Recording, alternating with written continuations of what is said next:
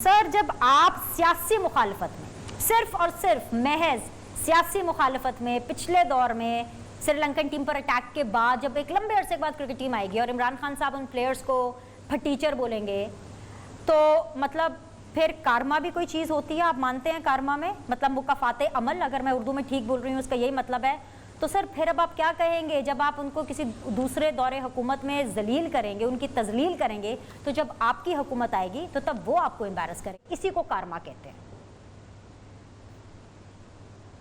देखिए, मैं नहीं समझता कि खान साहब ने कहीं आपके लिए ऑफिशियली को बात की थी। ये एक यू कैन से उस वक्त आपने अपना पाकिस्तान जो लीग थी वो शुरू की थी। पाकिस्तान लीग में डेफिनेटली उस लेवल के खिलाड़ी नहीं आती। किसी मुल्क का आना और बात है, मुल्क की टीम का आना, नेशनल टीम का आना और बात है। और कुछ क्रिकेटर्स का जो कुछ रिटायर हों, कुछ एक्टिव हों, कुछ मतलब आप कह लेंगे भी टीम में हों, आना और बात है। ये तो अलग बातें हैं। और जब इमरान खान जैसा बड़े आप कह लें कि बड़ा क्रिकेटर उसके सामने देखें, अच्छे जो आए थे लोग खिलाड़ी वो वही थे जो कोच थे या रिटायर्ड थे। बाकी लोग बी कैटेगरी के आलमोस्ट खिलाड़ी थे उसमें। तो उसका इस तरह कहना ये, और वो भी अनऑफिशियली एक यू कैन से कि एक अपना घर के अपने दोस्तों में बैठे हुए, एक डिफरेंट सिचुएशन है। अब आपके साथ जो हुआ बिल्कुल एक जिसे आप कह रहे हैं ना कि इसमें साजिश कहाँ से आ गई। इसमें साजिश पता नहीं आपको नज़र क्यों नहीं आ रही।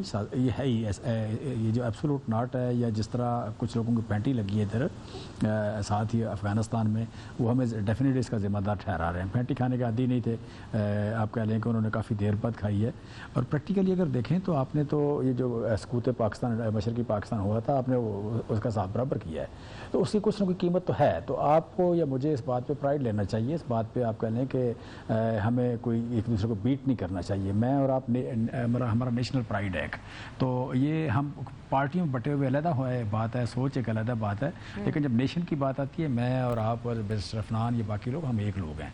सो हमें इस अंदाज में लेना चाहिए कि आज हमने 1971 वाला सौदा पूरा कर दिया अगलों का, ठीक है। आज भी 30,000 लोग इंडिया के वहाँ पे इस वक्त फंसे हुए हैं और मुख्तलिफ एट द रन है या कहीं अंदर हैं। तो ये एक डिफरेंट मोमेंट है तारीख़ का। इस मोमेंट को सेलिब्रेट करने वाली बात है।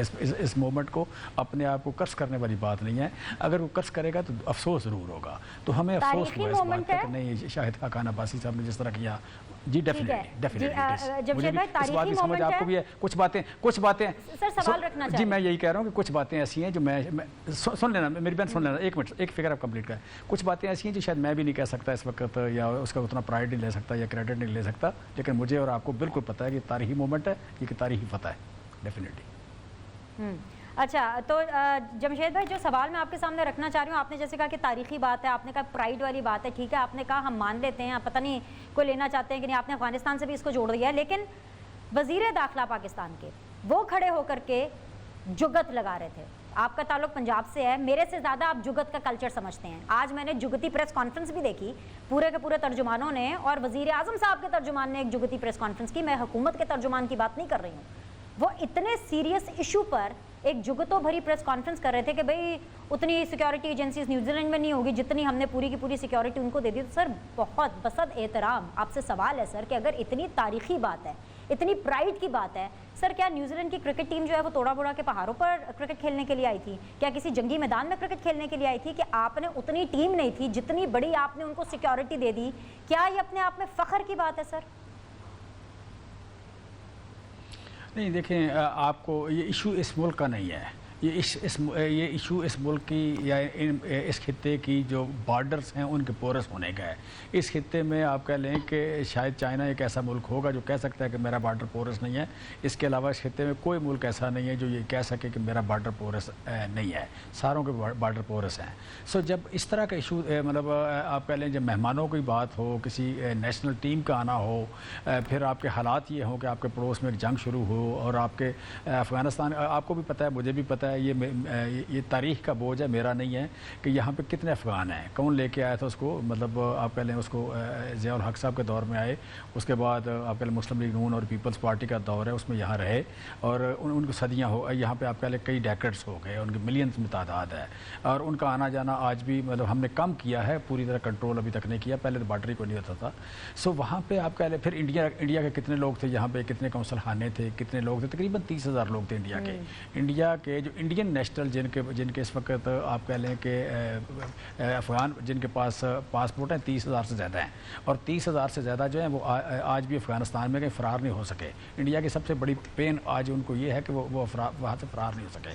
सो आप कह लें कि इन हालात में आपने डेफिनेटली बीइंग होस्ट आपने एक्स्ट्रा ऑर्डिनरी परफॉर्म करना है या सेंसिटिविटी शो करनी है, लिहाजा हमने की, वो हमारी ज़िम्मेदारी थी। फिर वो दूसरा इतराज़ आता है कि इमरान खान ने खुद बात क्यों की, आप करें उन वज़ीर-ए-आज़म से। मैं समझता हूँ कि ये भी ज़रूरी था कि आप हाईएस्ट लेवल पे कोशिश करें, अपने मुल्क की इज्जत बचाने के लिए हाईएस्ट लेवल पे कोशिश करें। एतराज़ तो ये नहीं आया कि इमरान खान साहब ने ये क्यों बात की, एतराज़ ये ज़रूर आया फ्रॉम द तर्जुमान of prime minister Imran Khan sahab के भाई क्योंकि ये टीमें वापस चली गई हैं, न्यूजीलैंड की टीम वापस चली गई है, मरियम नवाज ने क्यों नहीं बोला इस पर, ये एतराज़ ज़रूर आया है। मैं ज़रा ऑपोजिशन के पास जाना चाहूँगी, आपने बताया इतना तारीखी मोमेंट है तो कुछ ऑपोजिशन से आप मुबारकबाद वसूल कीजिए। अस्सलाम वालेकुम अफनान, कैसे हैं आप? आपको अगर मेरी आवाज़ आ रही है, इतना तारीखी मोमेंट है, इतना फखरिया मोमेंट है, पाकिस्तान ने वो कर दिखाया जिस तरह चीमा साहब फरमा रहे हैं और क्योंकि वो मौमन खुसूसी है प्राइम मिनिस्टर के तो वो जो कह रहे हैं वो तो गलत कह ही नहीं सकते।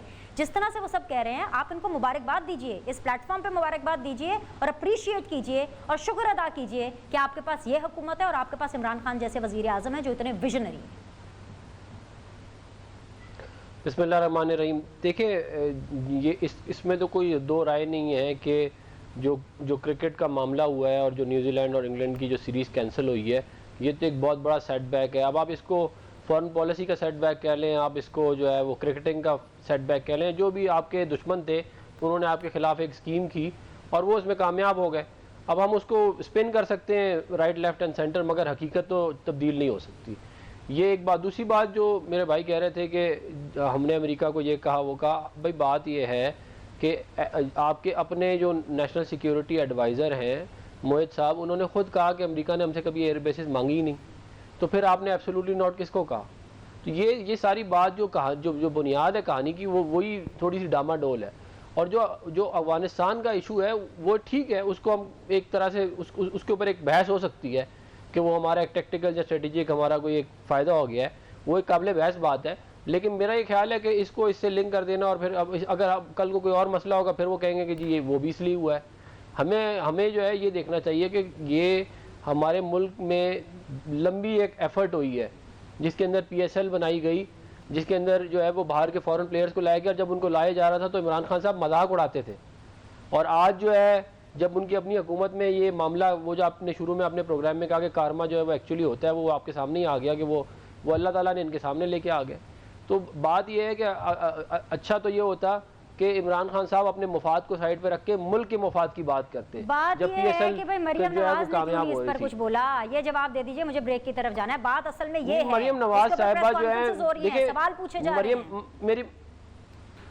देखिए मरियम नवाज साहिबा किसी की ख्वाहिश के ऊपर ना बोलेंगी, ना उन्हें बोलना चाहिए। वो अपने हिसाब किताब से बोलती हैं और बिल्कुल ठीक बोलती हैं।